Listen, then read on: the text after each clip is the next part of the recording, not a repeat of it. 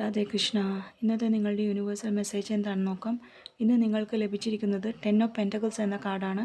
അതായത് നിങ്ങളിപ്പോൾ നിങ്ങളുടെ കഠിനാധ്വാനത്തിൻ്റെ ഫലമായി നിങ്ങൾ വളരെയധികം സാമ്പത്തിക പുരോഗതി നേടിയിട്ടുണ്ട്. അങ്ങനെ റിലാക്സ്ഡായി ഇരിക്കുകയാണ് എന്നും കുടുംബത്തോടൊപ്പം റിലാക്സ്ഡായി ഇരിക്കുകയാണെന്നും സൂചിപ്പിക്കുന്നു.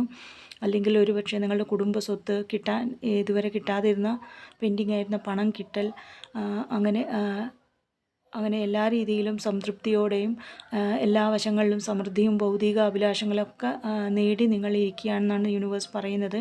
അങ്ങനെ ഇരിക്കുമ്പോൾ നിങ്ങൾക്ക് എന്ത് യൂണിവേഴ്സ് ഗൈഡൻസ് ആണെന്ന് ചോദിച്ചപ്പോൾ വന്നത് ക്യൂൻ ഓഫ് കപ്സ് എന്ന കാർഡാണ്. അതായത് നിങ്ങളുടെ വൈകാരിക തലങ്ങളെയൊക്കെ ബാലൻസ് ചെയ്ത് മുന്നോട്ട് പോവുകയാണ്. അങ്ങനെ സ്വന്തം വിചാരങ്ങളെയൊക്കെ തിരിച്ചറിഞ്ഞ് ശ്രദ്ധിച്ച് മുന്നോട്ട് പോകുന്നപ്പോൾ തന്നെ അതിന് ഒന്നുകിൽ അങ്ങനെ പോകണമെന്നോ അല്ലെങ്കിൽ അങ്ങനെയുള്ളൊരു വ്യക്തി നിങ്ങളുടെ ജീവിതത്തിലേക്ക് ഉപദേശമോ അല്ലെങ്കിൽ പ്രതീക്ഷയോ ഒക്കെ ആയി വന്ന് നിങ്ങളെ കൂടുതൽ ദീർഘകാല വിജയം നേടാൻ സഹായിക്കുമെന്നോ സൂചിപ്പിക്കുന്നു. എന്ത് ആക്ഷനാണ് നിങ്ങൾ എടുക്കേണ്ടതെന്ന് ചോദിച്ചപ്പോൾ നിങ്ങൾ ശ്രദ്ധിക്കേണ്ടത്, ഇങ്ങനെ പണം ഉണ്ടാകുമ്പോൾ നിങ്ങൾ തീർച്ചയായും ദയയും കാരുണ്യവാനുമായി മാറണം.